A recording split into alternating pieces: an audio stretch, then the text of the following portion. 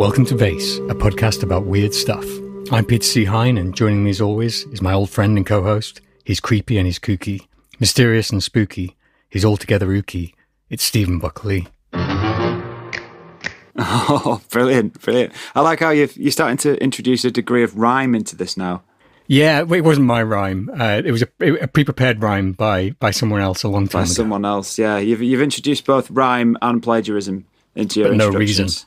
There's rhyme, but there's no reason. The plagiarism is fine, I'm down with a bit of plagiarism.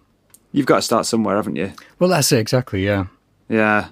So, anyway, my introduction out of the way. Tonight is an interesting one because we actually have two guests. So it's our first time with two guests. Normally, we just have one guest or no guest, but tonight, two guests. So it's either going to be amazing or absolute chaos, but it's Halloween, so we thought, why not embrace the chaos? Our first guest tonight was actually our first ever guest on the show. We basically needed to practice with someone that we knew before we unleashed ourselves onto the world. So he's someone who has the ideal balance of being interested in the world of the weird, but he also maintains a healthy skepticism and has a good nose for bullshit. He incorporates both Mulder and Scully into his approach, which we think is a good way to be. He's also a fantastic musician, a skilled sound engineer, and an all-round lovely bloke. It's Mr. Mark Burford, who you'll know under his musical alias of Lines Cartographer. Hello, Mark. Hello, Mark. Good evening. Good evening, gentlemen. Thanks, Stephen. I think that was all nice. Yeah, it was, wasn't it? Yeah. It was mostly nice, It seemed nice to me. This is interesting now because when we first interviewed you a year ago or a year and a half ago, I'd never met you. That's true. And we've now met several times, actually in real life, in actual rooms. In actual real life, we've shaken hands. We have. Yeah, and I've listened to your music live, which was excellent. Oh, yeah, so you have. So joining Buckley, myself, and Mark is another returning hero. He's star episode 17 of Vayse. He's a paranormal adventurer. He's the co-author of the current Vampirella Dead Flowers series of comic books. He was the lead designer on the Fire and Ice miniatures tabletop game based on the work of artist Franz Frazetta. And he's an all-around good bloke. He's the one, the only, except no substitutes, the occult detective himself. It's Mr. Bob Freeman. You're far too kind. Yes, I'm so happy to be here, guys. It's a pleasure to have you back. Well, I'd just like to say it's lovely to be on a podcast live with Bob this time because I really, really enjoyed. I think it was 17, was it? It was the one that Bob was on. Was one of my absolute favourite ones. It was great. I've listened to that at least twice, I think. So it's good. I've listened to it over and over. Not in the same room, nearly the same. It's near to be the same room we're going to get for a while, I suspect. So, same virtual room. But this is why we got you guys back. Both of you guys have kind of a special place in the Vayse heart because obviously Mark was our first ever guest, and Bob was the first person that we didn't know who ever tweeted about us, I think. From there, we snapped him up onto the show almost immediately. I think he was our first fan, wasn't he? If you don't count friends as fans, then he was our first. He was the first person who seemed to like us who we didn't know. So it was exciting. Well, that's an honor. We became instant fans of the Occult Detective, which is, I would recommend everyone does the same. So we're all friends. We've established that. We're all friends. We've got over the backslapping and the handshaking and the chummery. Yeah, I wonder how long it'll last. Let's get down to business. So we're here today because it's Halloween. And what we wanted to do was to talk to Mark and Bob and ask them to tell us some spooky stories, some ghost stories, some kind of the things that you would tell around the campfire in the woods late at night in the middle of October. So here we are now. We're sitting around that roaring campfire. Can we bring in that ambience, Buckley? Sure. Hang on a second. Oh no, that's the wrong one. This one. Here we go. Very nice. Yeah. And we'd like to say to Mark Burford, Field Line Cartographer, can you tell us a story? I'll do my damnedest, guys. So I think we wanted to talk about a little sense of place and maybe something from childhood's always good, isn't it? Particularly for Halloween type things. It's where it's many people's first entry point into the idea that things are perhaps not often all they seem, or even just for one night a year, maybe even at least. So I'll talk a little bit about the place I grew up and then a couple of general things, because it was a little bit weird in where I grew up. I think everywhere in Britain and England are, because they're so old, but without wanting to bore you too much with a bit of history first, I do think it's sort of relevant. And then I've got a little spooky tale, which wasn't quite Halloween, but I think it was November. It was early November, so it wasn't far off when this little story I'm going to tell you happened to me. But despite having migrated to Lancashire 33 years ago, I grew up actually almost slap bang in the middle of England, in a tiny little village called Harbury, which is in Warwickshire. And it is slap bang in the middle of England. In fact, there's a place down the road called Meriden, which, as the name suggests, is nearly the middle, as in meridian.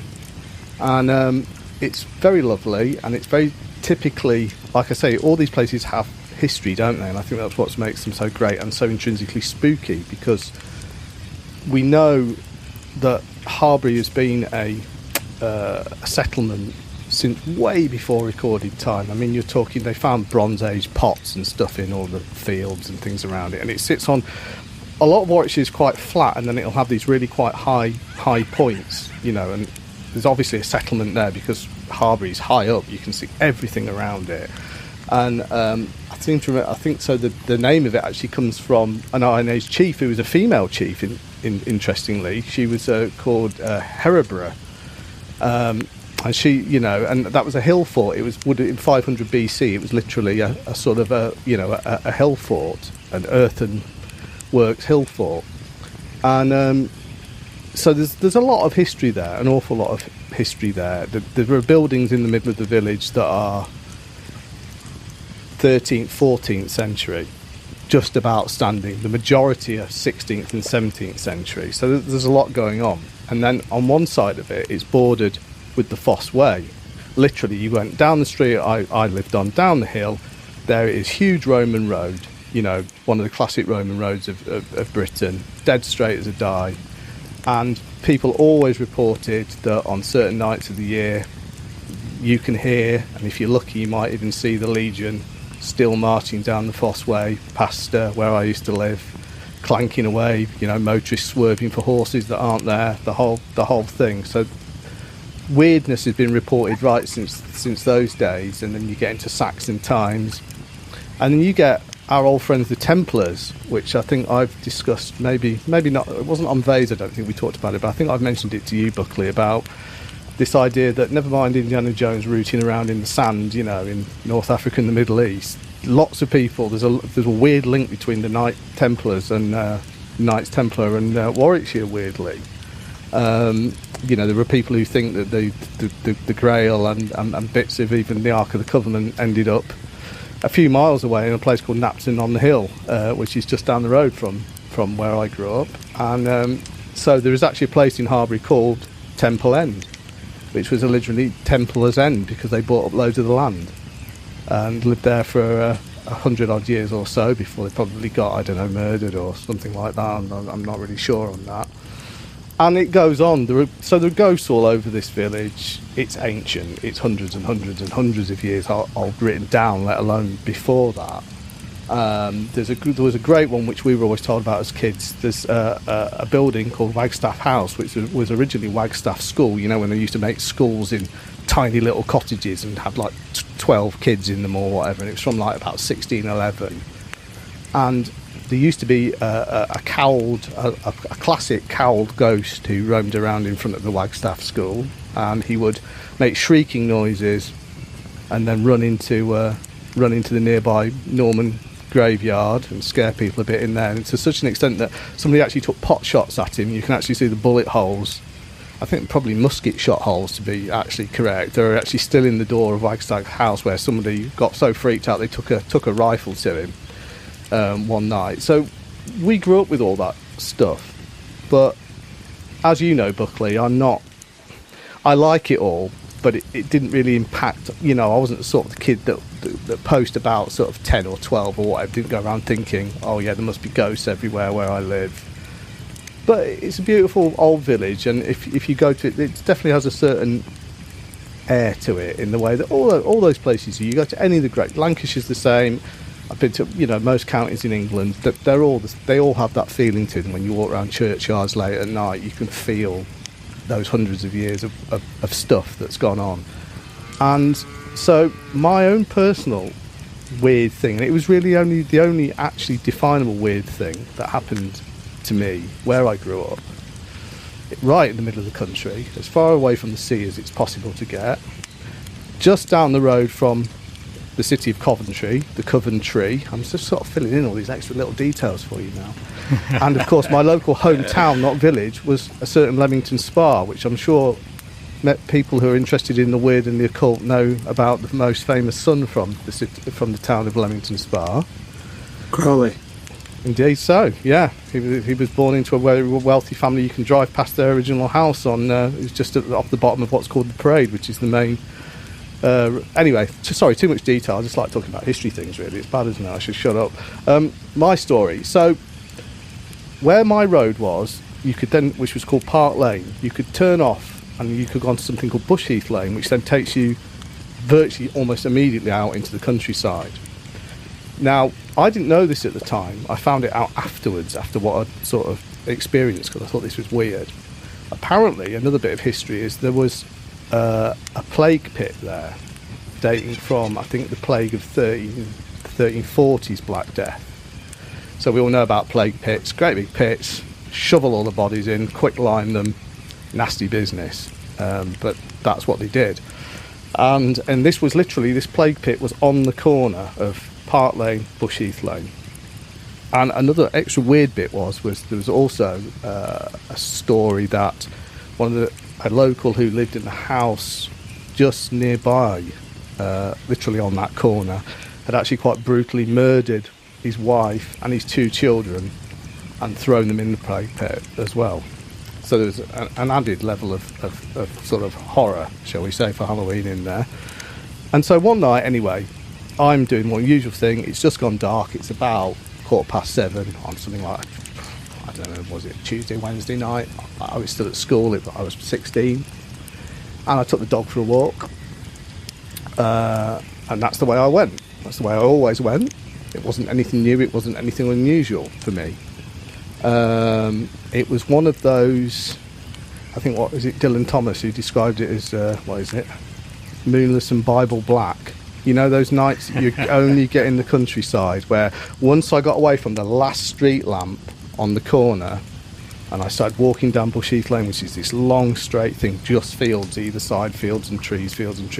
It was, nearly can't see in front, your own hand in front of you, sort of dark. Again, not a problem for me. That's where I grew up. I was used to this. And again, I think anybody who knows me, I'm not a sort of, I don't scare easily. I'm not bothered about in the pitch black. I'm not bothered about walking through the countryside late at night. It's lovely. I've got my dog with me. Brandy, she runs on ahead as usual. She always does, keeps looking back at me. You can see her little eyes. But she always likes to be a good 50, 100 yards ahead, sniffing stuff out, having a whale of a time. Because you could just there's no traffic, there's nobody. The dog just runs off, as dogs like to do. So I've just started proceeding down the road a little bit. And then, this is where it gets a bit hard to explain, because that sense you get of the classic sense of you think you're being watched, and everybody reports it, nobody really knows what it is, but that was how this started. I got that classic sense of there's somebody looking at me. So I sort of stopped, and obviously I look around. I know what a good looking's going to do. All I can see is hedges and outlines of trees and nothing.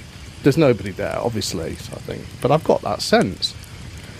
So I carry on walking, and then that slightly changes to sort of more, not only is there somebody looking at me, there's something behind me. And at this point, I'm a good 200 yards out of where I've turned, maybe more, 250 yards from where I've turned off, civilization, as it were, to go out into the countryside.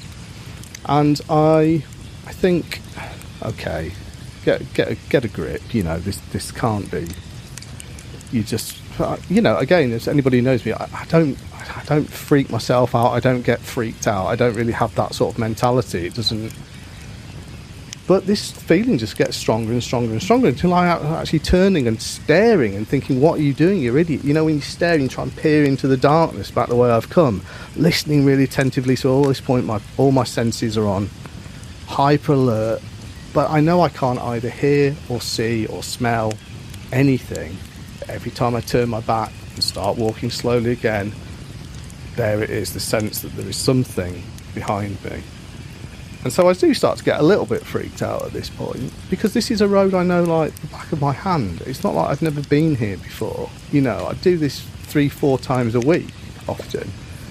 And so then this feeling grows and grows and grows and grows until I really get the definite sense that not only is there something behind me, but it's something not very pleasant behind me, and it's closing the gap on me, which is the bit when I really start to feel a bit odd, really a bit odd.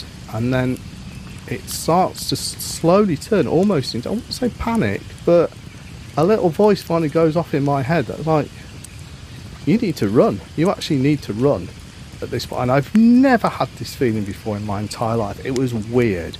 I sort of checked myself and thought, you're being stupid, aren't you? And I went, no, I've got to go. And at that point I did go. You know, I was 16 at that point. I was quick, really quick. I went as fast as I could possibly go. I did. The dog sort of looked at me like that, but she thought it was hilarious. She just sort of thought, well, I'm going as well. So she went absolutely like the clappers. And we ran at full pelt until I got to the stile, about 200 yards away. It takes you off the road, across a little field, across another stile, into the top of sort of what we call the playing fields, which is like where all the football, you know, the municipal sort of, the football pitches are there and all of that sort of stuff. And from there I could walk back down towards lights, towards houses, towards the road, towards people. And it was only at that point when I actually finally got down to the bottom there that my heart rate came down and that I started to sort of get a grip of myself. And I have never ever felt like that. I'd never felt like it until that night, and I've never ever felt anything like it since. And it always freaked me out because you start to question everything. It's like, was it just my imagination? I'm not the sort of person that my imagination gets the best of. I've sat in pitch black in the woods camping with no tent and stuff before at night. I've done all, it doesn't bother me. This genuinely freaked me out. It was like something was telling me there was definitely something not particularly pleasant. Maybe it wanted to do me harm, I don't know, behind me. And finally every bit of my body told me to run. And it was that led me to find out stuff like the plague pit, and because I didn't know that in advance. I found all that out afterwards. I did a bit of research, like where was I on Bush Heath Lane, what had happened in that area, and that's what I discovered. Plague pit, loads of bodies in the 1340s, and also a quite grisly murder, which was fairly well documented. And my sister had a friend who lived literally on the house, probably that last house, and they were completely au fait with their ghost that they got there. It was a matter of fact for them, moving their feet around in bed at night, moving things around in the house at night. And this was just part of a whole tapestry of ghost stories that do exist in that village, and I guess still exist now. And I think they probably exist in villages all over the country, don't they? You know, but that wasn't a nice, friendly sort of, you know, seeing a little spectre, or it genuinely was unpleasant, and it genuinely frightened me for a good few hours. And I'll never ever forget it. If I actually sit and think carefully about it, I can actually recall the exact feeling of dread and terror that I got, and I've never had that again before since, and I can't explain it. Maybe it was all in my mind, I don't know though. But there you go, there's my nearly Halloween little personal ghost story in the slightly spooky village of Harbury, which if you're ever in the Midlands, go and find it. It's lovely. Fantastic. Wow. Okay. There's a lot to chew on there. I mean, my first thought when you talked about the history stuff was you need to have a word with our friend Paul Weston and see what he makes of all that, of all the Grail stuff. Yeah. Paul probably knows more than me about it. You know what he's like. Yeah. I mean, as someone who knows you very well and has known you for 15 years, like, that kind of gave me goosebumps hearing that, because I know that you're, like you say, you're not someone who scares easily. You're not someone who kind of makes shit up. No, I'm always the know what person I in the mean? group. You know, when you get the whole group hysteria thing, you're out somewhere late at night, you're in a spooky graveyard or whatever, and people. I'm always the one going, "Calm down, can't you know? Get a grip, everyone. It's fine. There's nothing here." That's me. I have a question. The dog. Mm-hmm. Your dog didn't react to this at all? No, and I've thought about that an awful lot because I think she was so far ahead and doing doggy stuff in the hedge, smelling about. There's a bit of me that would have loved the dog to have been right next to me because I would have loved to have seen her response. Because I am a bit of a believer in that sort of thing. I've seen it with certainly our cats in this house. And yeah, no, she was 50, 60, 70 yards ahead of me most of the time, wagging her tail, having a whale of a time. So yeah, I've often thought about that. I would have liked the dog to be there in a way. Yeah, there's a bit of a extra sensory sort of equipment at that point, really. I think. Yeah.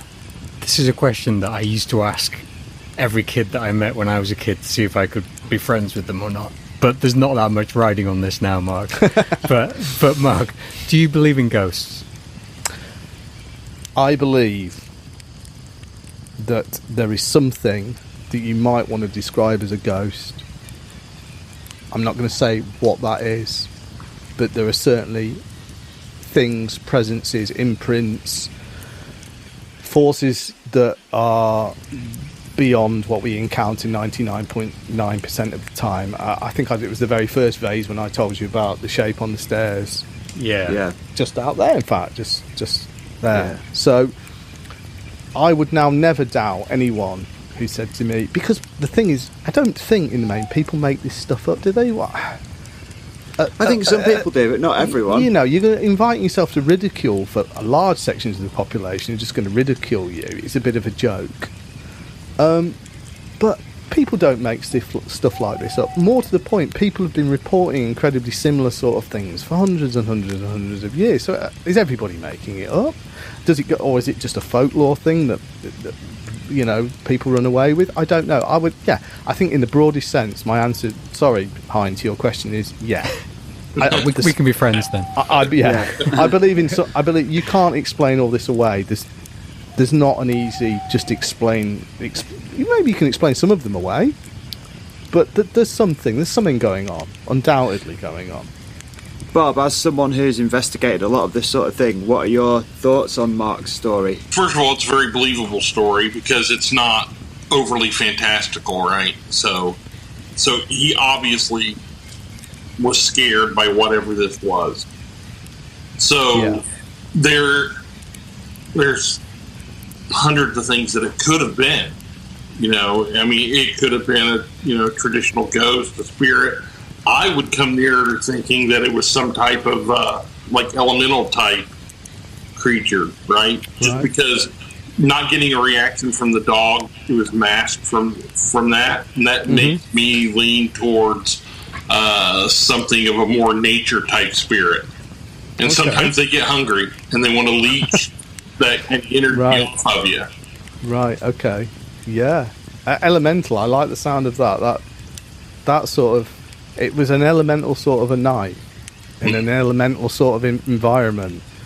So yeah, I can see that. That's It's making me sort of feel a bit funny just thinking about it now. Actually, I haven't actually said it out loud to anybody for a very long time, if you know what I mean. I don't know the last time I would have told this tale, but it would have been a long time ago. And so just talking about it, I can actually feel my palms are sweating now. And bear in mind that Mark works for the most part in an old church in the middle of the countryside where there's some seriously black roads around there where you can't see anything. It's a spooky place. So the fact that you've been working there for however many years and not experienced anything, but then this is the one experience that you had. Strange. I am not a stranger to being in those sorts of environments whatsoever. It never normally crosses my mind. I'm not going to be freaked out. I'm not going to be frightened. But that was a sense of fear beyond anything. Not just fear, but more. I think dread's a better word than fear. It was more of a sense that there was something really, really, really bad behind me. You know, do you remember any other things from around the time in terms of, you know, do you remember sort of what else was going on in your life at the time? What, you mean like sort of the stressful things and all of that sort of thing? Yeah, well, I know there's the whole thing about liminality and about sort of being outside of structure, and the idea that these things tend to happen to people who are, like, say, are travelling, or that's an example, or being a teenager is obviously between adult and... Yeah, I mean, I was a teenager. I was 16, so I was due to be 17 that December. December, yeah. So that's where I was, but it was all very ordinary in my life, you know. I was doing, it was an ordinary whatever. I think it was a Wednesday. I'm sure it was a Wednesday. It was an ordinary Wednesday. I'm sure night. It was a Wednesday. It's always a Wednesday. You know, walking the dog, perfectly normal. You know, maybe that's why I got so freaked out, because it was the very, very normal, the very literally mundane every day had suddenly taken an incredibly weird twist in a place that I knew literally like the back of my hand. So I was sort of blindsided by it, you know. Do you remember the moon phase? Do you know, I don't. I'd have to go back and try and pinpoint the date and look at it, wouldn't I? I remember that I couldn't... it was a moonless night. Now, that could have just been cloud cover, of course. Well, that's why, the way you described it, right? I was thinking if it was a new moon, you know, from my experience, that brings out negative energies. Right? So, like, if you go on a ghost hunt in a place, there's a full moon, you'll have a totally different experience than if there's a new moon. Oh, that's interesting. Because the negative really gets a charge from that. And, I might go back and sort of work it backwards and just see if I can check my memories to which sort of Wednesday early in November that was. And that's interesting, Bob. I will look at that. I didn't know that. Have you ever been back there as an adult? Yes. Oh, yeah.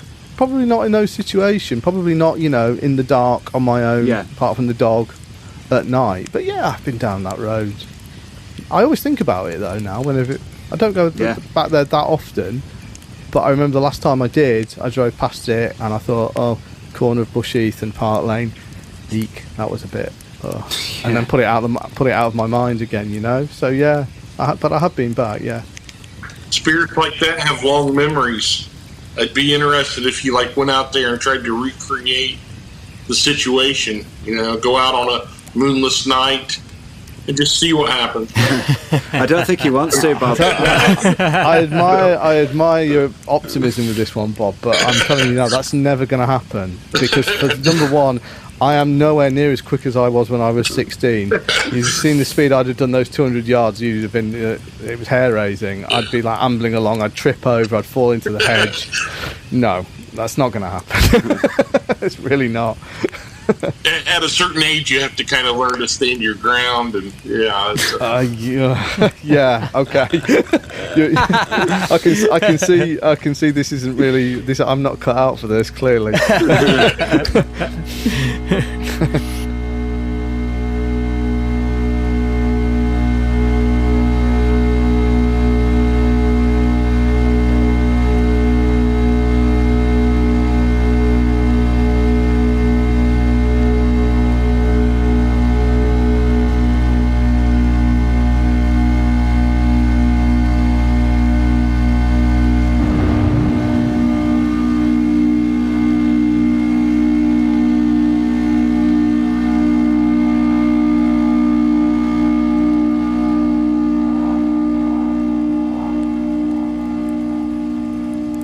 I've got a story. It's not a particularly personal one, though. It has a personal denouement, and it's more just about a ghost story that was familiar to me as a kid in the place that, or the nearest town to where me and Buckley grew up, which was Preston.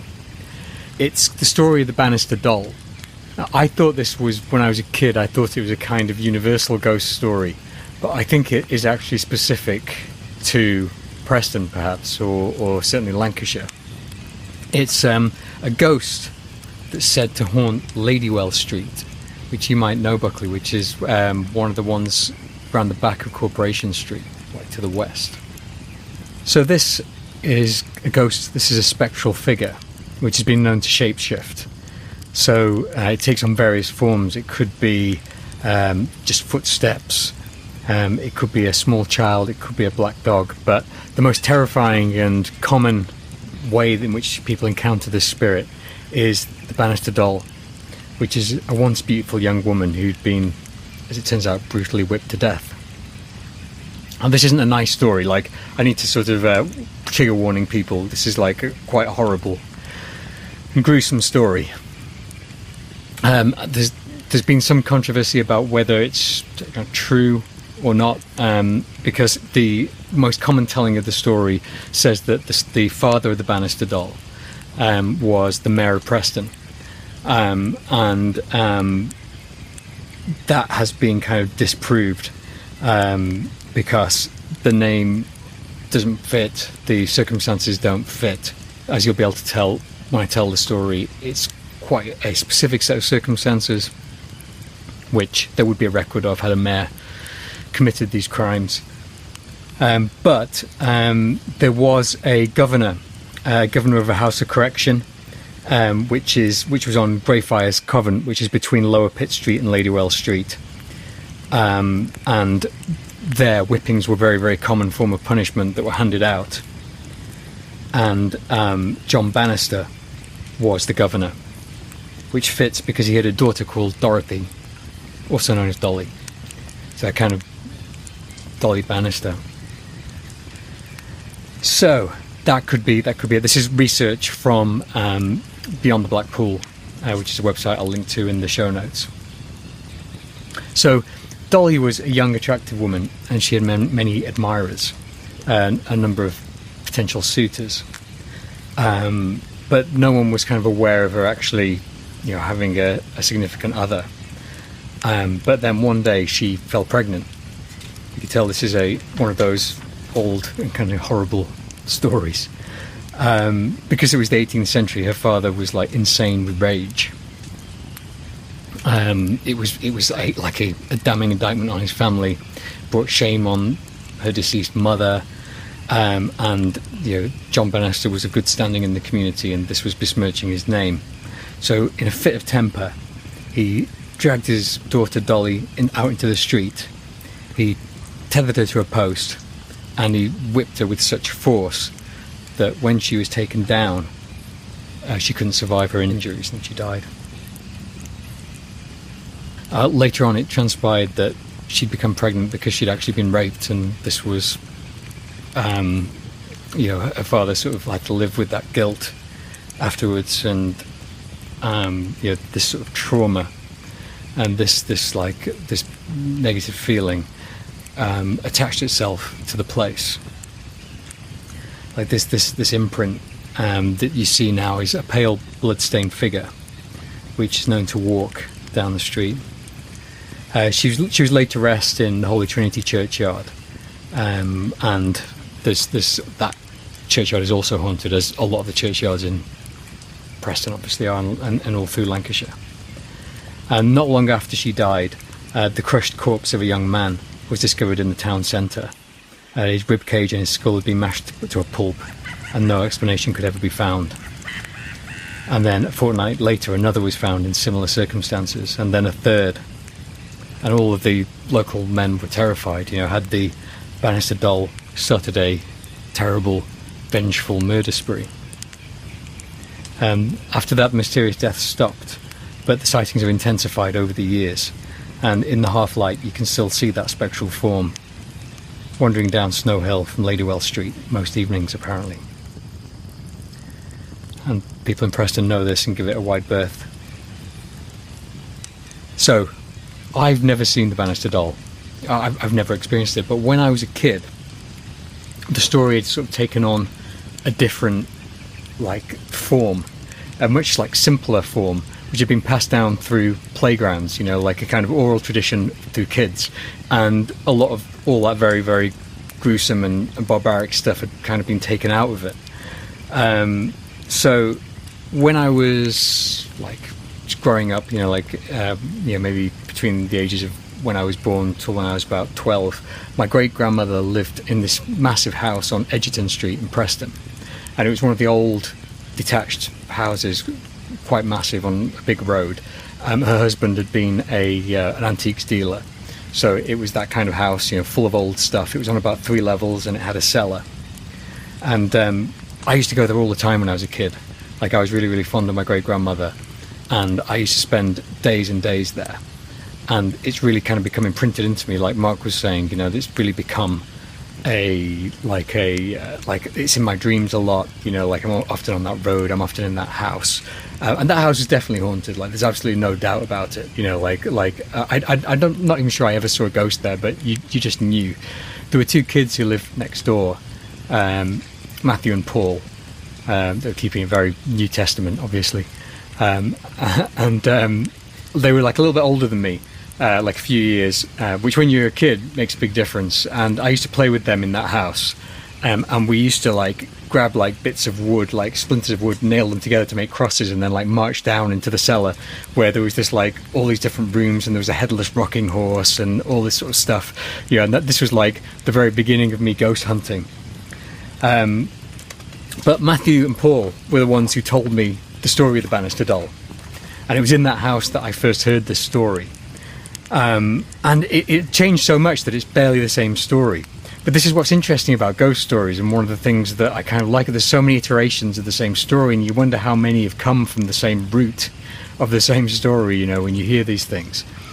But when I heard this story, it was about a young girl who was completely inseparable from her favourite doll, and she lived in a house with a staircase with 13 steps, and one day she fell from the top to the bottom, breaking her neck, and the spirit of her went into the doll. Because of her unfortunate death, the girl's spirit had become bitter and murderous, and you could summon the spirit by finding a staircase with 13 steps, knocking 3 times on the banister and saying, Bannister doll, come and play with me," 3 times. And I still get scared. I still get like chills on the hairs of my neck stand up on end when I hear that, because like that was terrified me so much as a kid, And then when you did summon the doll, she would basically just chase you and kill you, and that was it. But like you can see how it evolved through, because this was the late 80s, early 90s. You can see Child Play in there, you can see Candyman in there, all of those Beetlejuice, all of those sort of ghost stories from that time. That sort of, the sort of semi-slasher, semi-horror film. And when you think about it, it's like, it's ridiculous. There is no story. Like, all of the bits of the story have been removed from that story. And so that story has no story. It's just about a girl. There's no motive, there's no beginning or end. Why did she fall? Why did she become murderous? Why was that doll so special to her? Why did the spirit move into it? None of it makes sense.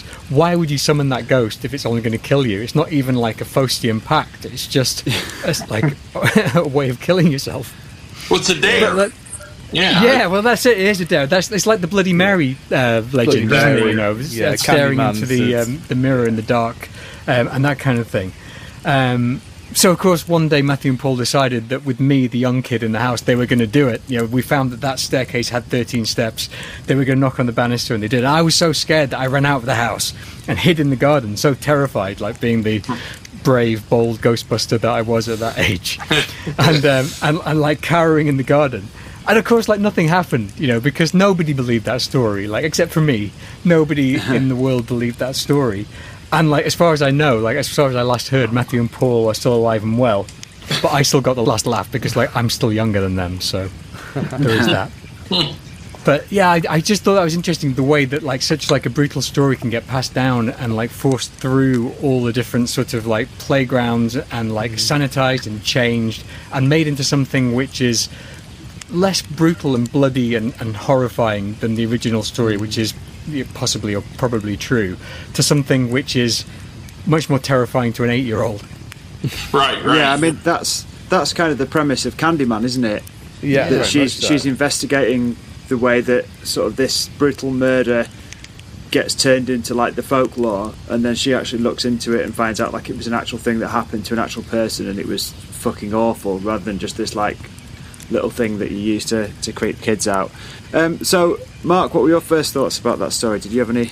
Yeah, no, I think it's great because it's a classic ghost story. The first bit, the original story, is very, you get these things time and time again, don't you? If you ever go on, I'm a big fan of, when you go somewhere that you've not been to before, and it's like historic. So Lancaster do them, York do them. And you're going like on a ghost walk. Yes, These very are much always like that, yeah. these are always the stories that you get where Yeah. it's rooted in the local area, and it and then, as you've quite eloquently described, Hine, it morphs from what it was into just this folkloric thing to tell children to go to get them to go to bed at night. That sort of otherwise the doll's the banister doll's gonna get you, and all of that. It's and this, it must be, I mean, Bob will know, this must be absolutely just common, certainly in the Western world. I don't know about the rest of the world, but because you hear so many of these, everywhere's got a version of it, haven't they, really? It's everywhere. It literally is everywhere. You hear the same stories in India and China. Wherever you go, those type of urban legends, folklore center stories are just ingrained into every school kid. Across the world.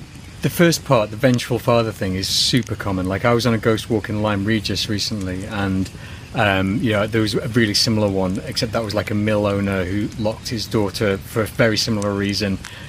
She was romancing a local boy that he didn't like, locked her in a room in the mill, and the mill burnt down with her in, and that sort of thing. And it's always like that brutal, like, misogynist, the very, like, bad, negative male energy. It's very often controlling either fathers or husbands. Isn't it? And then you get the murder, you get the rape, you get all this sort of like extremely bad, like horrific, like energy, and like, I mean, part of it I think is just because that is what is actually scary. The ghosts are less scary. That's the least scary part of that. Although there is the twist in the Banister doll that these young men kept turning up pulverized, but then that is where the real brutality, the real horror lies, is in that evil, the evil that men do. I mean humans do, men and women and everyone in between does or can do. But I think that is why that is so central to a lot of those stories, because that is the actual horror, and the actual spooky bit is almost like a release, like a way to perhaps move that brutality and evil into something that's more fantasy and more ephemeral. That's not to say that the stories aren't true, but I certainly think that is part of the psychology of why a lot of those stories are structured in that way, because like that Banister doll, the main part, I mean, I left out a lot of the details because they were just too horrible for me to read through. In the details that this story is sometimes told in, is just horrifying. Like real descriptions of like how far her father went in the whipping and that sort of stuff. Stuff that we don't need to get into. But I do think that is where real horror lies, because one of the things I've been thinking about whilst I've been preparing this episode is like, and this might be one for Bob actually, like, are ghosts actually scary? We talked to you, Bob, when we were doing our episode 17, and you saw that shape that we thought maybe you fit in with stone tape theory, in the corner of the cemetery. And like it sounded spooky, but are they actually scary? Are these things actually terrifying? Especially when you spent the amount of time around them that you have. Right. Yeah. So the majority of ghosts, are not, right. They're the majority of the ghosts that you interact with are residual. You're watching a play, and so yeah, there's no fear there. You're just, it's something interesting, intriguing, and something you try to figure out the story about. But then you have those odd bits where something, is, sentient and aggressive, and you can have those moments of true terror, especially, when you're not expecting it. When something reaches out and grabs you, you get scratched or poked or, bitten, whatever. So, but by and large, I take my chances with a ghost over another human being most days.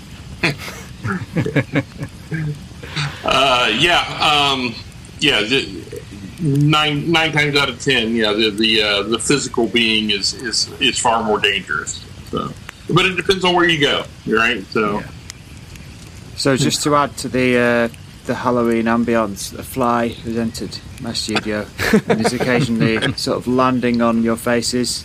You know, like that episode of The X-Files when there's the little cockroach that crawls across the screen. It's a bit like that, really. It's like flies that are landing on you. So if I seem to be a little bit distracted and kind of twitchy, like more so than usual, I know I'm always like that anyway, it's because of the fly. It's not, you know... I hope it's not like The Fly. Have you ever seen, you know, not the Cronenberg The Fly, but the original black and white? Yeah. Oh, yeah. Because that adds the whole extra creepy bit in that the transfer happens the other way around, doesn't it? And there's a tiny little fly with a little man's head on it. Oh, no. Yeah. And I found that far more disturbing than the you know, Seth Brundle or whatever he's called, and, you know, being, oh, God, sorry. I wish caught you'd in the never web told me at the that. end, isn't it? Thanks for ruining my night. Help me!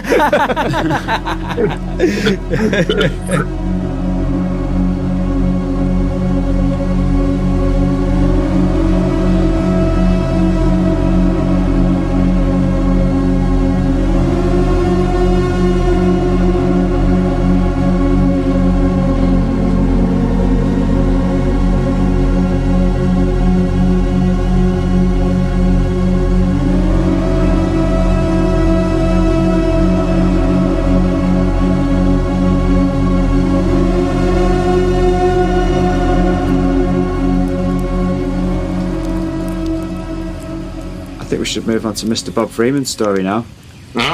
Okay. So the story I want to share with you takes place about 20 minutes from where I'm sitting now, out north towards the Mississinawa Reservoir. And one evening in 1986, early fall, I was sitting at home, and a friend came by and he said, "Hey, you want to go to a haunted house?" Well, okay, yeah, sure. So we gather up a few other mates and we head out to a place called Peoria, which is right about in the heart of the Mississinawa State Forest. So that area runs along what used to be the Mississinawa River, and in the mid-1960s, the Army Corps of Engineers came in and put in a reservoir. So all the small towns and graveyards in that area were moved, sometimes not completely. So this area called Peoria had a place called the Cliffs, where, you know, young people would go and dive off into the water. And there were caves peppered all along that cliffside where, you know, local legends told of these small goblin-like creatures that lived in these tiny caves. And this is, you know, just right in the shadow of Somerset, you know, which just has a Hellier connection, right? So this is in Indiana, not Kentucky. But so we end up out there, and I'm thinking, look, a haunted house, you know, there's no houses around here, not anymore. And so he takes us off deep into the woods, and he had been out mushroom hunting, and he stumbled upon a house. So as we walk up towards it, it's about 10 o'clock at night, and there's this, you know, 2-story house. You see trees kind of growing in through the windows, and, you know, it's dark, pitch dark, you know, once we're back in there. And he said he hadn't gone inside yet. You know, he was kind of scared to go in. So, of course, we bravely enter the house, open the door, and walk inside, and it is all the furniture's there. TV, couch, coffee table. Laid out on the coffee table is a newspaper, kind of spread open like somebody had been reading it, and it was from March of 1966, the month and year I was born, right? So I'm like, oh, that's weird, you know, everybody, yeah. So we go into the kitchen. There are plates sitting at the kitchen table with rotted food on them. The cabinets were full of food, utensils in the drawers, food in the refrigerator, of course the place has no power. We go back into the main bedroom, you can see where like raccoons or possums had been nesting on the bed, but the bed is made for the most part, and all their clothes are still in the closet. It's like the people had just vanished, and obviously sometime in the 60s.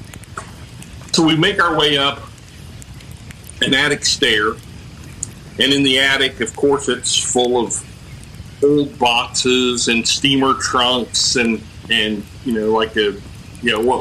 something that spooked us was there was a mannequin up there, like a dressmaker's mannequin, and we got a start from that. But we opened up one of the trunks, and inside of it was all this weird tracts and information about a cult called Urantia. I don't know if you guys are familiar. They believe that Jesus was an alien and that we were part of this galactic federation. But anyway, so all this stuff's there. There's the Bible, then there's audio tapes, countless audio tapes. So we're looking through this stuff, thinking, this is really strange. And then we hear the door open downstairs. Ooh. We get really quiet. We go over and we're peeking down the stairway, and we see a figure, kind of glowing white, walking across the living room, pauses there near where the newspaper was, and then walk into the kitchen. And then it's a ghost. You can see through it. It's obvious. It's some kind of spectral entity. And we're like just holding our breath, and we wait as long as we can, and then we go downstairs, and of course nothing's down there. It's fascinating. So we around, and the guy says, there's another house further up the road, or further up through the trees where the old road used to be. All right, well, we'll go check that out, but we need to come back here and investigate this more fully. So we move on, and about halfway there, my brother, he says, "Did you guys notice that the house was all lit up?" And we didn't have flashlights, but we just realized every room we walked into was well lit. It's, after 10 o'clock in the evening, there's no moon just to see here in the deep woods. And we all and we never thought of it at the time. It was like we were kind of, bewitched in a way, right? Because there was no reason for there to be light there, and yet it was. So we continue on to the second house, and it looks much like the other. Trees growing through the windows and everything. So we walk in. This one is devoid of any furniture. So we're walking into the great room, and the floor is moving, and we're like, oh. And then you hear boom, boom on the floor beneath us. What the heck is that? And so we're just freaking out. So we look around trying to find an access to the basement. And so we find a trap door in the floor. I reach down and I lift it up. And there's a stairwell going down, but it's completely full of water. So now we've got flashlights out and we're shining them into that dark water. And it's like, what the heck? And then all of a sudden, this thing jumps up out of the water. It's huge. Everybody screams behind me. They're running for their lives. It was a big carp, right? So the basement is filled with water, and that carp was bumping up against the rock floor joists, and it was kind of floating on that water. But they were running, so I'm having to catch these guys, and they got to the truck that we had come in, and they're driving away, leaving me. So I jump in the back of it, and we drive off. But so that was an exciting night. 1986. I'd have been like 20 years old. So wow, that was fantastic. That's great. I mean, my first thought was you talked about earlier. You talked about the idea of ghosts, and it's almost like a play or theatre. and the lighting there made me think immediately of theatre, like almost as if it was somehow lit because you were supposed to see that. Yeah, and like it was like you were walking onto set as well. You know, the way that everything was laid out in the room. Yeah. You know, like a stage there, empty, waiting for something to happen like that. Yeah, very much so. Yeah. Have you been back there since? I've gone back. I've tried to go back a few different times and can't find it. Oh, that's even better. So, right? So because it was so late at night. Yeah. And it's big woods. It's a forest, right? So I knew where we parked. I knew where we entered the woods, and by now it's probably gone. Yeah. Right? So, But that makes it even better, isn't it? That's like the classic, you know, what's the classic one where motorist stops late at night on a country road, knocks on a house, you know, that one, and there's footprints in the dusty floor and all of that, and they go back the next day, and of course it's not there. The whole building is not there. I think that's a fairly but that's a classic. You know, I've always thought it might end up being like a Brigadoon situation, right? And I'll end up out there, and then there it is again. You know, yeah, maybe. Yeah. I think sort of with something like that, when you have something that messes with like geography, or messes with like the actual like where things are and stuff like that, that's always a bit freaky, isn't it? Sort of, because it's not just a being or whatever. It's not just a kind of entity that you're seeing that is kind of almost separate from you. It's like almost the world you're in, the space that you inhabit cannot be trusted or cannot be, you know, isn't safe. It's like it's something, even that is fucking with you, and that's, you know, that whole idea of like a place being haunted, an actual place being almost. I'm thinking of the book House of Leaves as well. The whole idea of like the house being the fucked up place and stuff, and it's that's always doubly creepy. And the house on was it the house on Haunted of Hill House? The Haunting of Hill House. Yeah, Shirley Jackson. Classic American ghost story. Yes, and that's all about the way that house is. It is, and I mean that is an actually terrifying book. There's that one chapter, I can't remember, a very short chapter, where there's the two women staying in the room together, and their beds are on opposite sides of the room, and there's all these disturbances, and they're holding hands, and then when it obviously turns out that they're not actually holding hands. They're holding hands with something else. And like that has absolutely stayed with me. It's an absolutely fantastic book, that.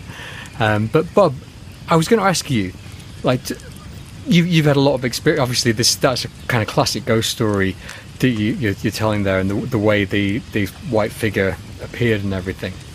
But as someone who's also been known to dabble in magic and that kind of thing, what do you think, like, the difference is between a ghost like what you saw that day and spirits that you might communicate with during magic is? Or do you think there is a difference, or do you think there's an overlap, or are they completely separate things? It can overlap, but I think for the most part they are completely different entities, right? So, you know, when you deal with the preternatural intelligences that you converse with through magic is very different than like mediumship, where you're like bringing a spirit of a dead figure into your circle. So yeah, they're completely different, because most in magic you're dealing with like alien intelligences, you know, that are very different from you, whereas an intelligent ghost was human and has those human sensibilities that you can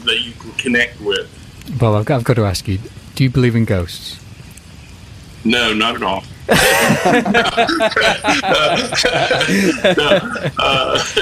I believe them. I believe in them as much as I believe in you. So, Buckley, I just wanted to say, by the way, fly watch. I've just got a fly's just entered my room as well.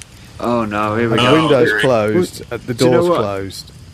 Oh no! I'm not going to say any more than that. It'll be the rotting corpse in the corner. Beelzebub. It's left. It seems to have left my house. I don't think it could have got the 20 miles to your hypersonic house. Transported.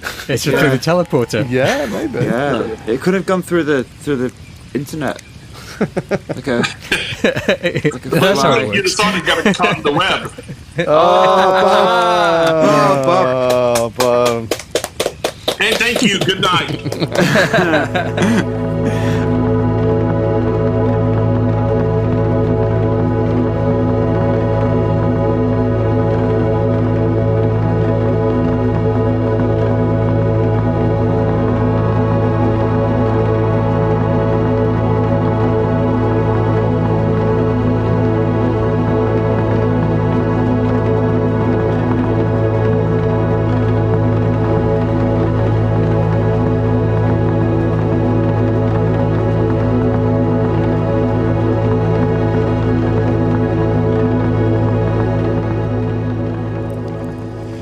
Right, should we move on to my story?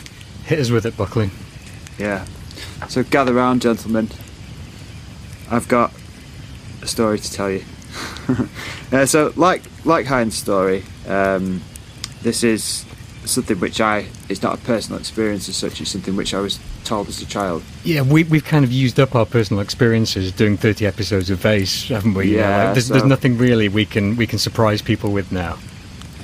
So yeah, when I was a young child, until the age of about 7, I lived in a small village in Cumbria, which is even further north than where I live now, called Great Corby, and it was on the banks of the River Eden, and it was a beautiful village. It still is, actually. I went back recently, and hardly anything's changed in the last 33 years since I was last there. It's a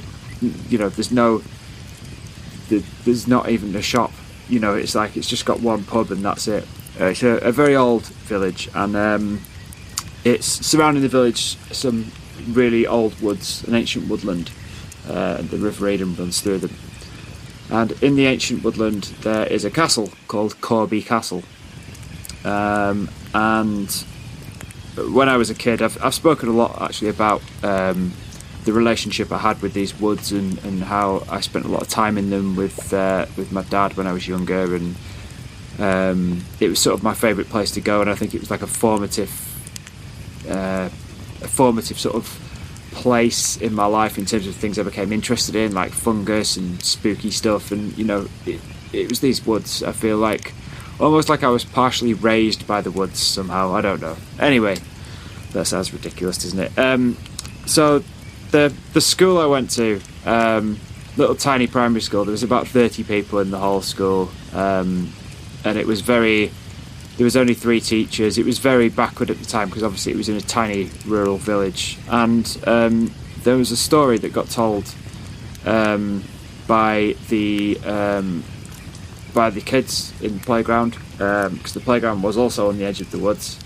So the woods was there, it was outside my home, literally, like our back garden backed out onto the woods, and then the primary school also backed out onto the woods. You could not escape the woods in Great Corby. It was just a huge part of it. And there was a story that was told that all the kids told each other, and it was called the Adian Boy, or so I thought it was called, the Adian Boy, or the Aden Boy. And the story of the Aden Boy was, it was a ghost that lived in the woods, and if you saw him, you would turn rich and then die, or you would turn into a witch and then die. Again, I'm not. So we've talked about the idea of the Bannister doll story, starting out as one thing and sort of gradually through the sort of game of telephone almost thing, it gradually loses things in translation. And I suppose my telling of this story is a great example of that, because as a child I didn't know what a lot of these things meant, or I just knew it was either witch or rich, and it was kind of mixed up in my brain. I remember having the kids used to tell stories, and the dinner ladies used to tell us stories about him as well, to scare us, like, if you're naughty we'll take you into the woods and stuff like that. Pretty unethical really for a dinner lady. And they would tell us these stories, and I remember having this dream where I saw him once, and he looked, the Aden Boy, he looked like a pumpkin head, like a jack-o'-lantern pumpkin face. It was big though. It was bigger than your regular pumpkin, with a big grin, and it was white, and it had like sheets hanging from it, like white sheets, and it was glowing and kind of moving through the woods and leaving like a sort of trail of sliminess with it. And I was terrified, and I woke up from that dream really worried that I would either turn rich or turn into a witch and die. And it really, and I remember it really frightened me as a child, but I kind of didn't know. And this was like, so I was probably 5 or 6, so I was pretty young. So yeah, anyway, in kind of, I think it was like 1988 or something, so I was about 7, we moved away from Great Corby, and I sort of, I'd always remembered that story, but it not really kind of thought an awful lot about it, until me and a close friend of mine started a podcast called Vayse. At that point, I figured it's time to look into it and sort of find out a bit more about it. So I looked up. I couldn't find Aiden Boy or anything. I was googling it, and I was looking up ghosts around Great Corby, ghosts in that area, and I found the Radiant Boy. And so what had happened was, it was either me or the other kids had not understood the word radiant because we were 5, and it had become Aiden or Adian. So anyway, the Radiant Boy. So according to the story, which was told by this was told by a guy called Henry Howard. So Henry Howard was the guy who owned Corby Castle, which was the big castle in the woods, which all of the woods were kind of owned by whoever owned the castle. It was sort of part of that. So Henry Howard told this story. It was on the 8th of September in 1803.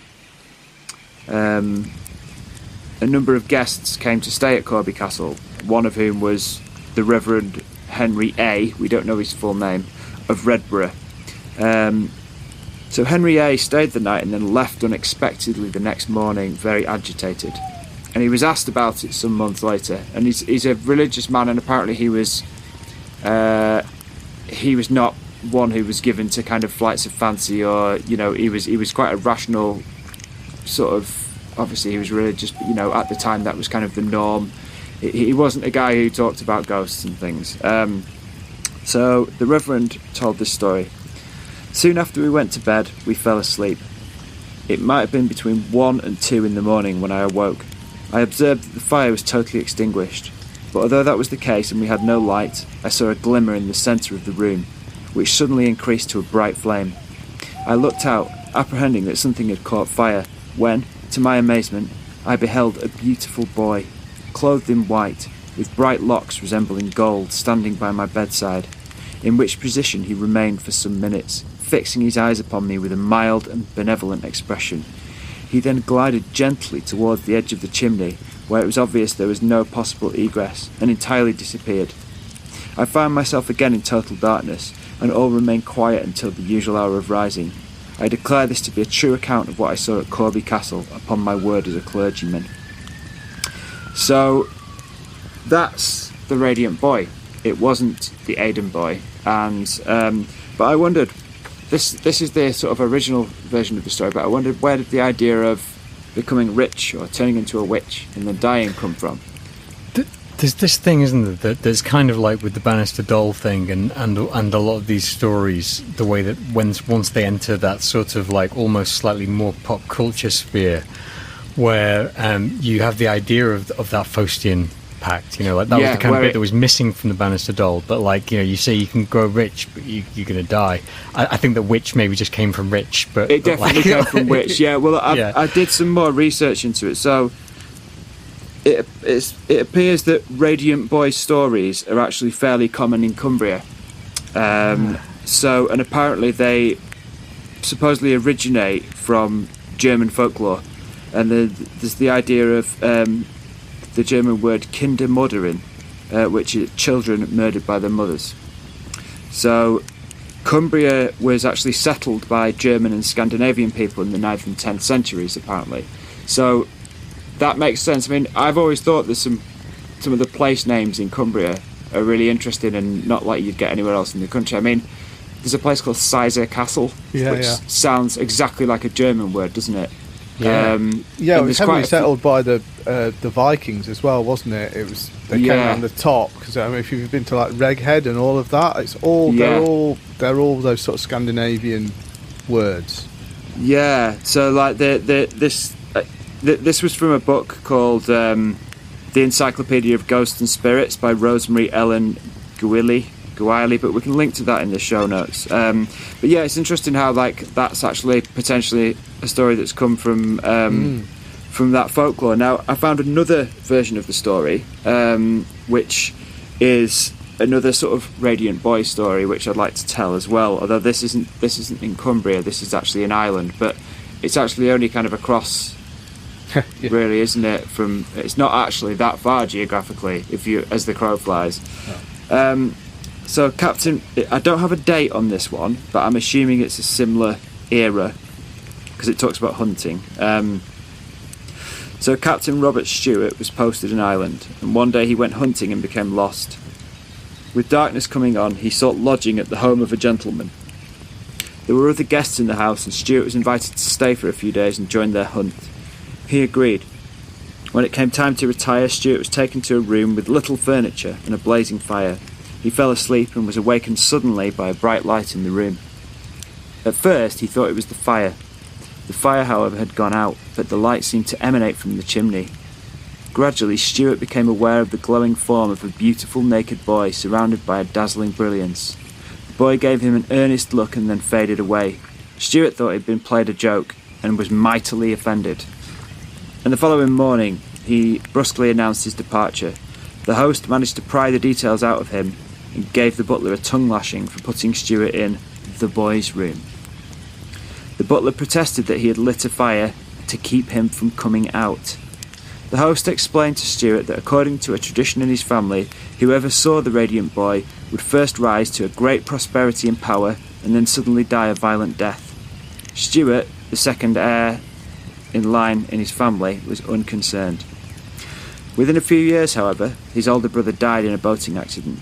Stewart left the army and entered politics, rising quickly. He was influential in creating the Act of Union between England and Ireland in 1800. He served as a Secretary of War in 1805 and 1807, and as a Foreign Secretary from 1812 on. Despite his success, he was not well liked and was even hated for many by his cold demeanour. In 1821 his father died, making him Lord Castlereagh, 2nd Marquess of Londonderry. So in 1822 his fortunes abruptly began to dim. He suffered from gout, and the stresses of his career began to take a heavy personal toll. He became paranoid and suspicious and acted strangely, and was feared to be losing his mind. He was confined to his country house, Northcray Place, and forbidden to have razors, lest he do something foolish. On August the 12th, 1822, he took a penknife and slashed his throat, killing himself.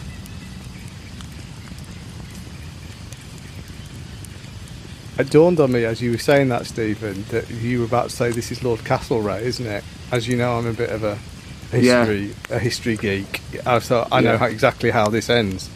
Yeah, and because I studied it in history. I was thinking you were talking about Castlereagh. Yeah. So that is my story. It's not a necessarily personal one, but it was. That's great, though, because having studied all of that, and I knew about Castlereagh, but being on Suicide Watch and all of this stuff, and how he met, the bit that makes it make more sense is the Radiant Boy. That's the bit you don't get in any of the history books, of course. I seem to remember we got told he was suffering with depression and mania, as they would have called it in those days, and all these things. But it actually sort of, on a human level, makes a lot more sense when you get the bit that isn't in the history books, you know? I think it was particularly interested in light of what Hine said about because his story was about a man who brutally murdered a woman, and whereas the one that I brought was about a woman who brutally murdered a child. It's like, I don't know, it's that whole thing where we always end up being like opposite sides of the same coin, which is without intending so. I wanted to kind of talk a little bit about like the difference between US ghost stories and UK ghost stories, and like the way that we have like years and years and years of recorded history that goes back almost as far as you want to go. Like I've been to Stonehenge recently, and they can trace back 3,000 years of history through that, whereas like I think a lot of like US history, by the way that the British settled it, a lot of the history was destroyed. Are you happy to kind of talk about that a bit? Yeah, sure. Yeah. There's more an element of high strangeness to Bob's story, I think, whereas our three stories were very much based in like historical accounts that came. Mark had the plague pit. My story had the 18th century murder of a young woman. Buckley's had a murder from a similar time of a young child. Whereas I always think of a classic, US ghost story is like The Cabin in the Woods. There's something in there. It's Evil Dead, like there's something in there. No one really knows why, but there's something scary in there. And that's got far more, I think, in common with UFO phenomena. And, like the occurrence of something that you can't quite touch or put your finger on. You don't know what's happening or why it's there. What do you think about that, Bob? Well, okay, so the interesting thing, and I used to think similarly, but what you run into, the land here is just as old as the land there. Yeah. And so, but what we run into here are more, kind of odd, creepy, like Native American spirits. You know what I mean? Like all those type of strange, cryptid type creatures that are so tied into Native American mythology. And so that we have that, and then we have the traditional ghost story, with the old houses, which tend to be from 1700s, 1800s, that kind of stuff. Or you get a lot of stuff into like the gangster period of the 30s that you're interacting with those kind of spirits and that kind of stuff. Yeah. But for me, where I live, this was the last Indian reservation in the state of Indiana where I live. So this was all, there are Indian graveyards, burial mounds everywhere. They're sacred sites I visit frequently, and there's lots of activity around those. So, so we're dealing with those type of energies more so because you had so many people for so many hundreds of years that you're interacting with. I think that's the difference. Yeah, that's interesting. There are fewer people here. Although I suppose we get those in the British Isles as well, don't we? The Shuck and the Black Dog and the Shug or whatever you want to call it, they're all over the place. Again, Warwickshire's got them, Lancashire's got them. You've got boggarts and stuff, haven't you? And you've got all these things too. You've got the Wild Hunt. Again, the Wild Hunt was a big one when I was a kid. The Wild Hunt absolutely runs through the forests of Warwickshire late at night, and in Lancashire as well, and in Suffolk, and anywhere you can think of. Yeah, I'm always surprised when I speak with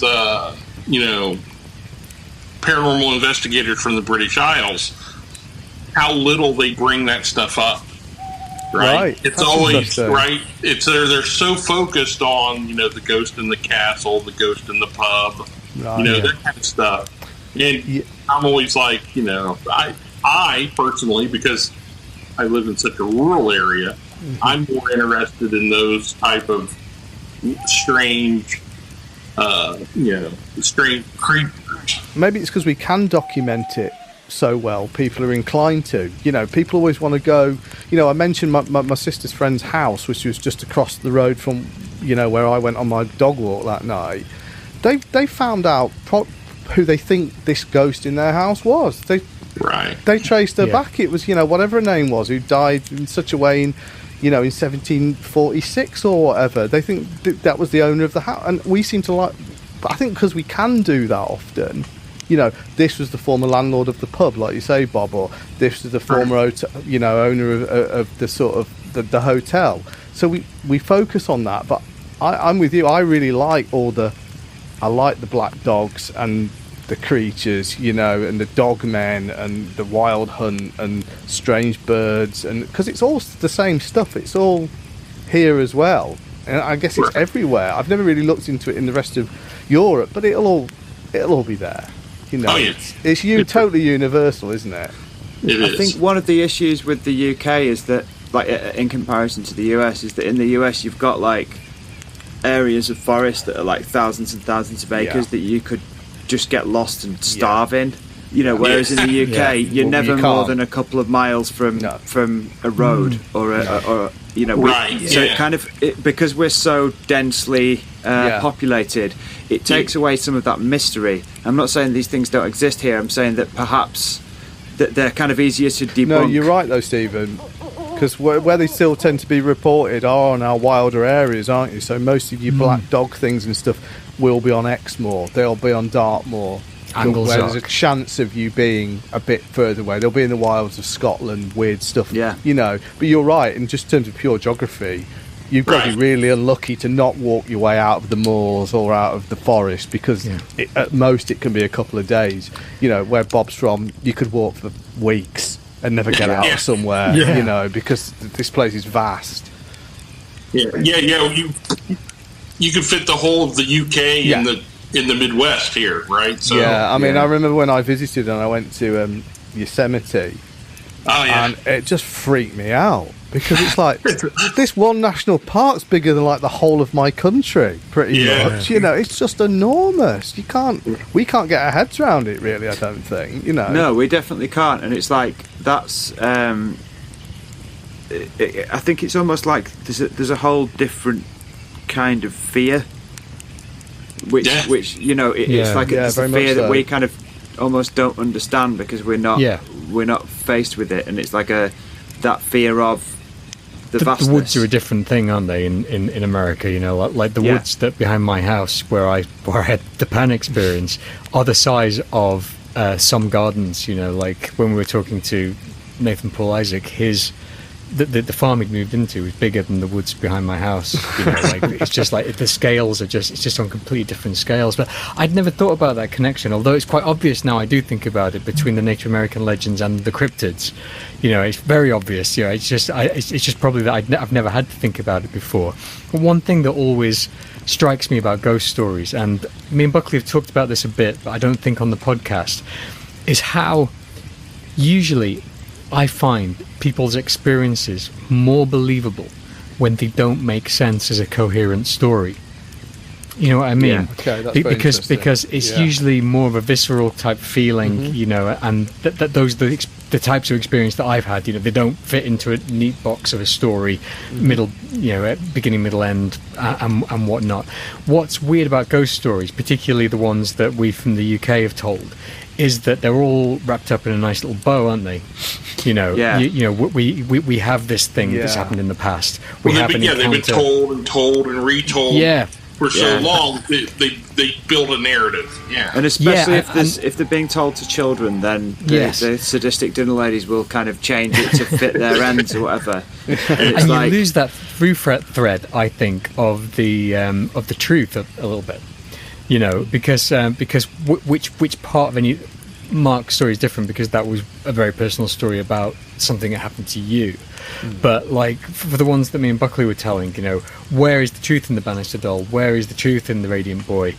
You know, what is our actual proximity to the spooky goings on in those stories? And that I find interesting, you know, because the whole thing of, you know, people having missing time and weird beings coming from outer space and like giving people, you know, the classic giving them little pancakes or whatever. It doesn't make a lick of sense in a narrative way. Right. But it makes you think, well, there must be something going on there, because why would anyone make that up? Well, and you also have the situations, you know, like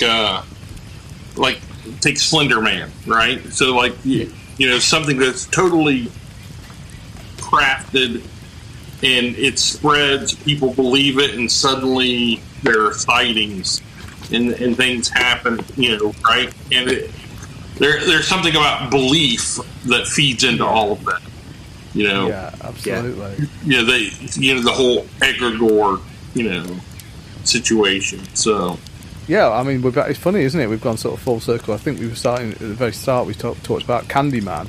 As I remembered, that was the essence of that, isn't it? That the whole thing for Candyman is it's without the belief. He is an egregore. Without the belief, without the whispers in the dark, the folktales, he's nothing.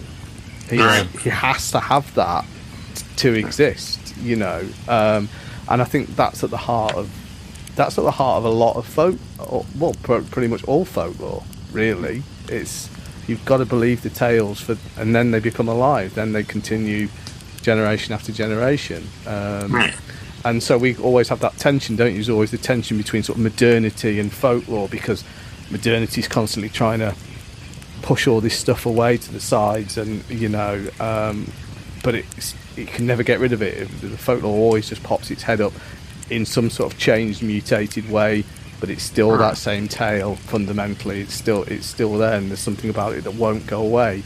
And whether that's because it's something innate in itself, or it's because it's innate in our need to believe it and keep promoting it, because it's, I don't know, I've never known what the answer to that is, if you know what I mean, in a chicken and egg sort of way.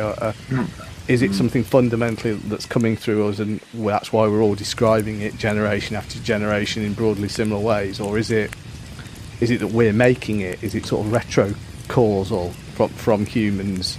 And in a way, I don't think it really matters, because it's definitely a thing, isn't it? Well, that was the Aleister Crowley thing, yes. Yeah. He said it doesn't matter if it exists or not, it works.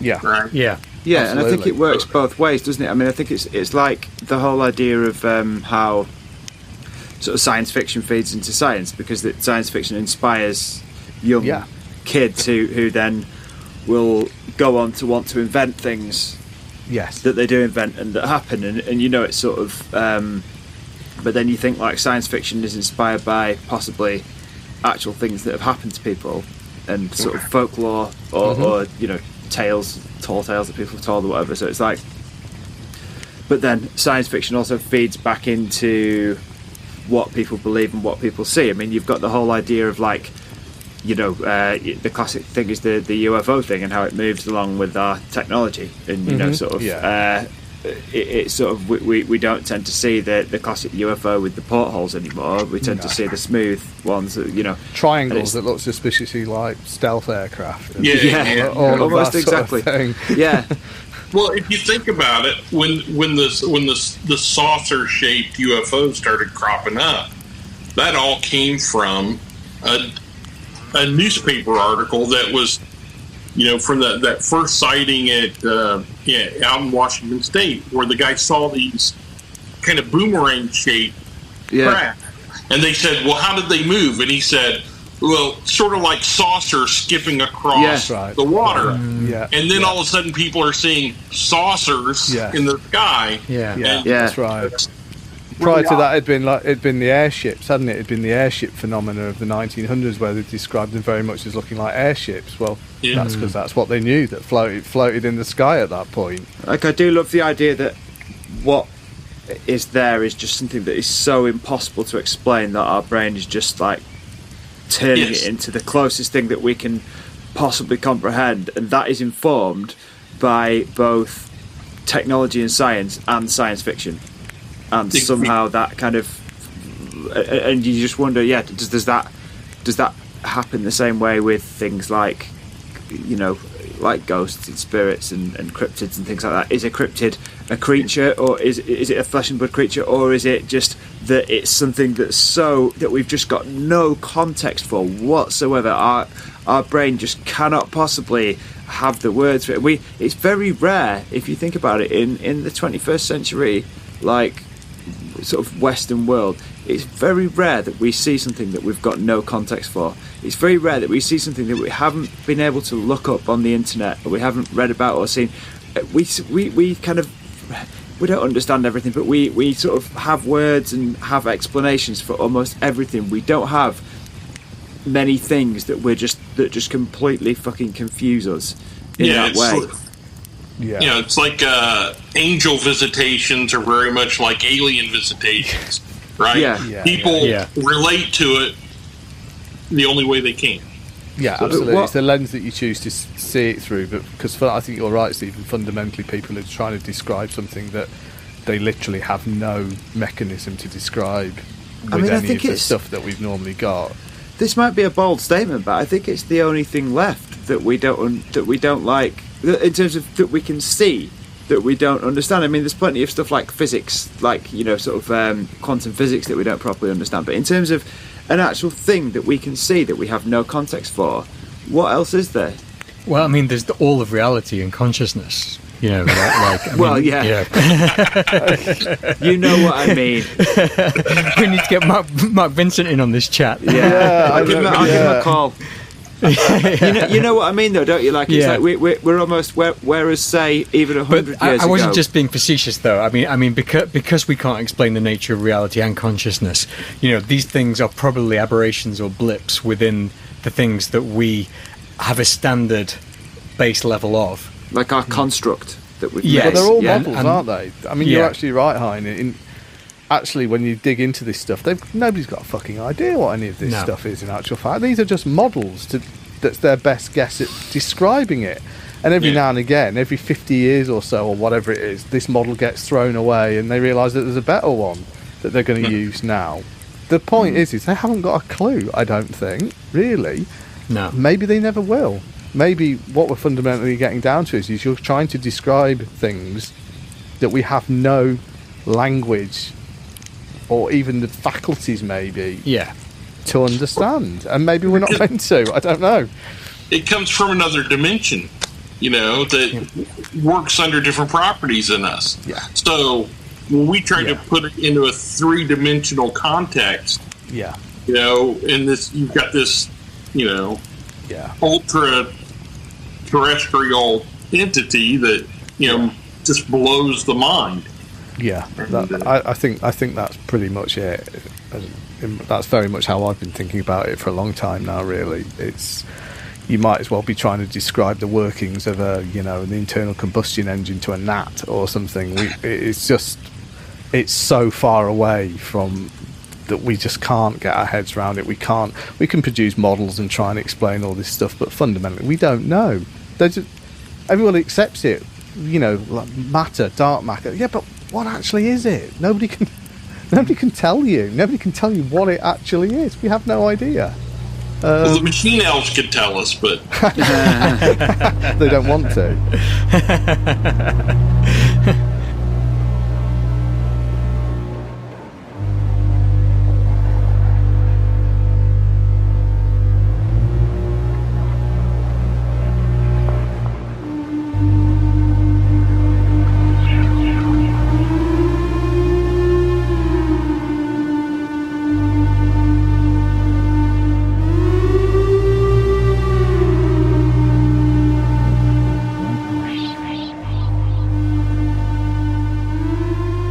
Do we have anything we can recommend for spooky season for Vayse listeners to have a little look at?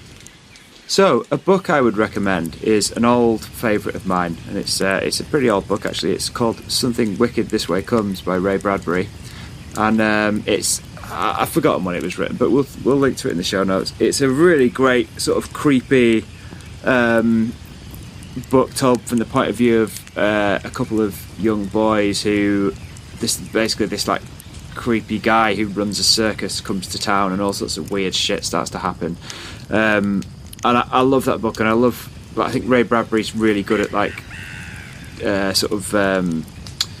describing the world through the eyes of young kids, young boys in particular, I guess. And it's just like, even though I didn't grow up in the 1930s, obviously, it's still sort of almost like Stephen King does with the 50s. You know, it's like you can really get into that sort of 30s childhood kind of thing, and it's it's a really good kind of creepy book with a lot of classic Halloween imagery in it.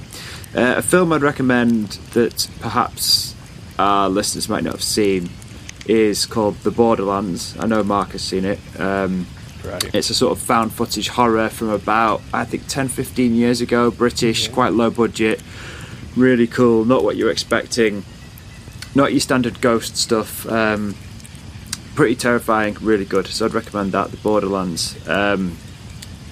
And music, so I thought rather than do my classic, recommend some like spooky albums. I don't really listen to a lot of spooky music now. My goth days are long behind me. I tend to be a creature of love and light these days. But I thought a song that you might not have heard is Lana Del Rey's cover of Season of the Witch by Donovan, which is actually a really cool cover. It's really like drowsy and like all Lana Del Rey songs, but it's Season of the Witch. It's a great song. So that's what I would recommend. That's what I'm bringing to the table, to the campfire.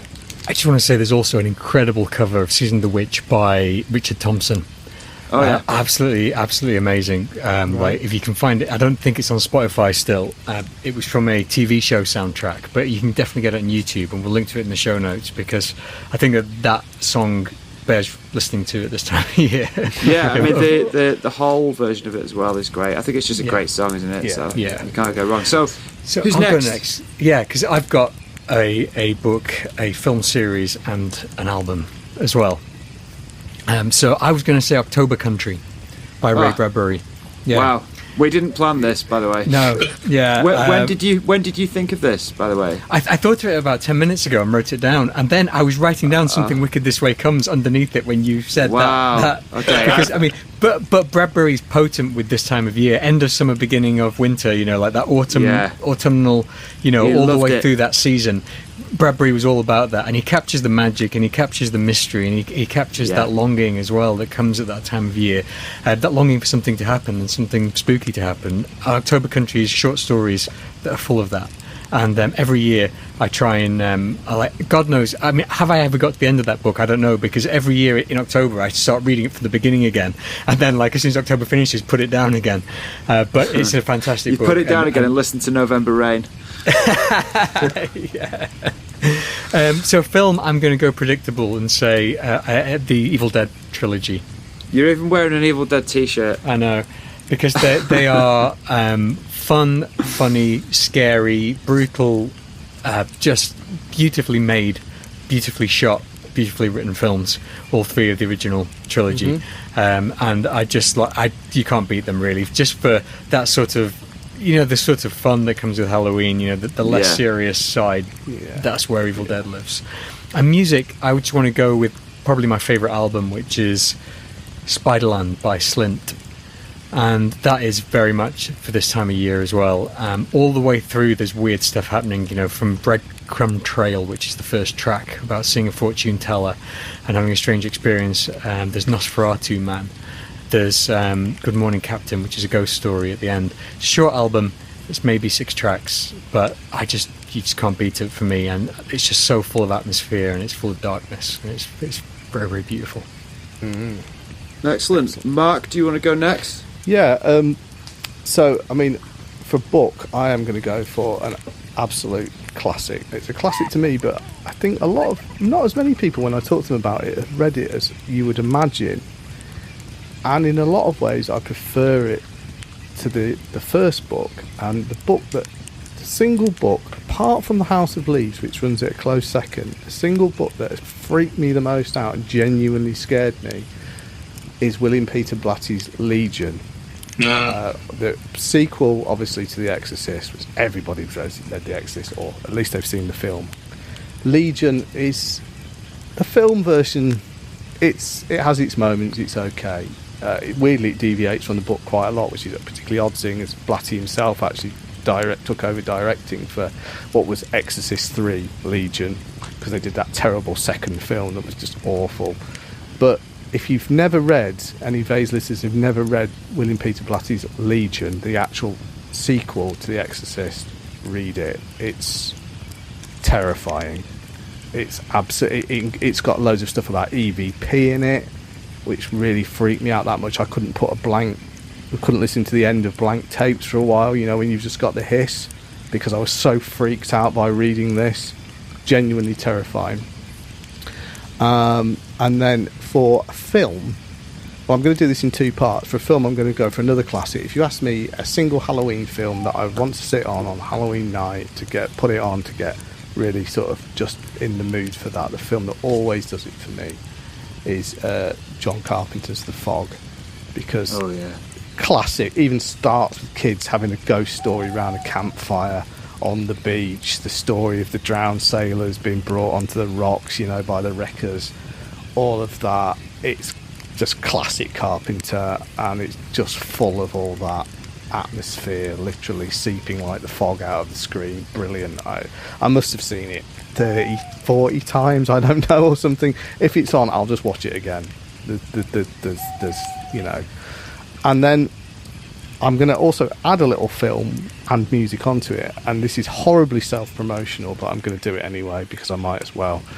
There's a really genuinely weird film which I had seen before, but I'm actually the Cabinet of Dr. Caligari, the classic Weimar Republic era film. It's weird. I'd forgotten quite how weird it is, and the reason I'm actually performing a live improvised soundtrack for that at the Lee Cinema near Wigan in a couple of weeks. A week on Sunday, in fact, actually. Are tickets still available? They are. Tickets are, I think, still available. Yeah. Although this episode might run after. What's the date? Mate, it's probably been and gone. It's through the Yorkshire Silent Film Festival. It was originally going to be Nosferatu, then they realised that they'd missed the anniversary of Nosferatu. I think that was last year or something. So we've gone for Caligari instead. It's weird, though. And genuinely, still, there are a couple of sequences in it that are actually very frightening, actually. And I'm going to try and make them even more frightening if I can by making some strange noises. But, so, yeah, I may even record it. I may record my live set if it's any good. You'll be able to put the silent film on and see what I've tried to do to it. But, yeah, there you go. Film and music together. That'd be great, yeah. Bob, recommendations. All right, so I was going to say the October Country. Yes. We were all on the same wavelength here. Right. So instead, I'm going to say Algernon Blackwood's The Willows. Are any of his short stories this time of year? Yes. I just love Blackwood's prose. That is a really creepy story. Yeah, really so. Yeah. And that would be fun for this season. And for a movie, I'm going to go with The Devil Rides Out, which Dennis Wheatley, right? So I loved that book as a kid. And then Christopher Lee's just so brilliant in it, in the movie. So, and for music, I'm going to recommend Charming Disaster, who are kind of a horror-themed folk duo out of New York. And they are just delightful. They're very, very Halloween-themed music that I think, your listeners would get a real kick out of. Excellent. Well, we'll make sure we get all these in the show notes. And I mean, you never know. By the time this goes out, Mark's recording might even be online. You never know. Mm-hmm. If he puts it online, I don't know. Yeah, we'll see. You just can't tell with these things. Talking Mark's music, Mark, where can our listeners find you? You can find me on Bandcamp fairly easily. You've only just got to put that 3 combination of words in. Doesn't come up that often. In fact, if you just put it into any popular search engine of your choice, you're likely to find my music fairly easily. What are those 3 words, Mark? They are Field, Lines and Cartographer. Candyman. Yeah, that's right. Sorry, hijacking your... What's your most recent album? My most recent album is called Phases of This and Other Moons. Available on the Wonderful Castles in Space album. Label, I should say. Big up to Colin from Castles in Space. Yeah, absolutely. Big up Colin. Lovely man. Mr. Bob Freeman, you've been a busy man since we last saw you. Where can people find your work? OccultDetective.com is, and if you look up Occult Detective on any social media site, I'm there. That's how I'm known. And your current projects. You've got Vampirella on, haven't you, at the moment? Yeah, right. Yeah. So the first issue came out last week. Issue 2 drops November 1st, the day after Halloween. So what better way to deal with your Halloween hangover than with a nice little werewolf, vampire, witch, ghost story? And we mentioned it at the beginning. You've also been working on a tabletop game based on the Frank Frazetta stuff. Yeah, my son and I wrote a kind of a board game RPG hybrid for the Fire and Ice franchise. So we've worked closely with the Frazetta estate. That's how the Vampirella gig came about. I co-wrote that with Sarah Frazetta, so it's a great partnership with them. And I was just a huge fan of Frank Frazetta's art as a kid, and so getting to play in those worlds has been a dream come true. Fantastic. And if you want more Vayse, you can find us on Twitter and Instagram. That's at Vayse, then Vayse spelled backwards. So that's at VAYSEESYAV. Our website is www.vayse.co.uk. We have all our episodes there, and that is the place where you can find the complete show notes. You can get us on all podcasting platforms, or most of them anyway, but it's only really on our website that you can get the full show notes. You can email us with your own experiences and your own stories on vayse.info@gmail.com. You can get the soundtrack to the podcast at Bandcamp, and that's, you can search Vayse, you can get to that through our website, and it's a wonderful soundtrack made by Mr. Stephen James Buckley himself here under the name Polypores. And we also have a Ko-Fi, so you can find a link to that on our website as well. If you enjoy the podcast and you have any money that you'd like to swing our way, you can do that, and if you make a monthly subscription, you can join our Discord, which is a fun place to be, and there's many a ghost story told on the Discord. And please subscribe, share, tell your friends about this podcast, because that is the way that these things work now. Most social media is broken and fragmented and a bit weird at the moment. So actually just find a friend or someone who you don't think will hurt you, and just put headphones on them and play them a little bit of Vayse. And if they still don't hurt you, then you've done... you should do it if you think they are going to hurt you. Come on. I think everyone's going to hurt me. Yeah. So before you all go, I do have one final question for you, which is aimed at all of you. What do you think about... Oh my God. Jesus Christ, is everyone seeing this? Quite quick, somebody call it...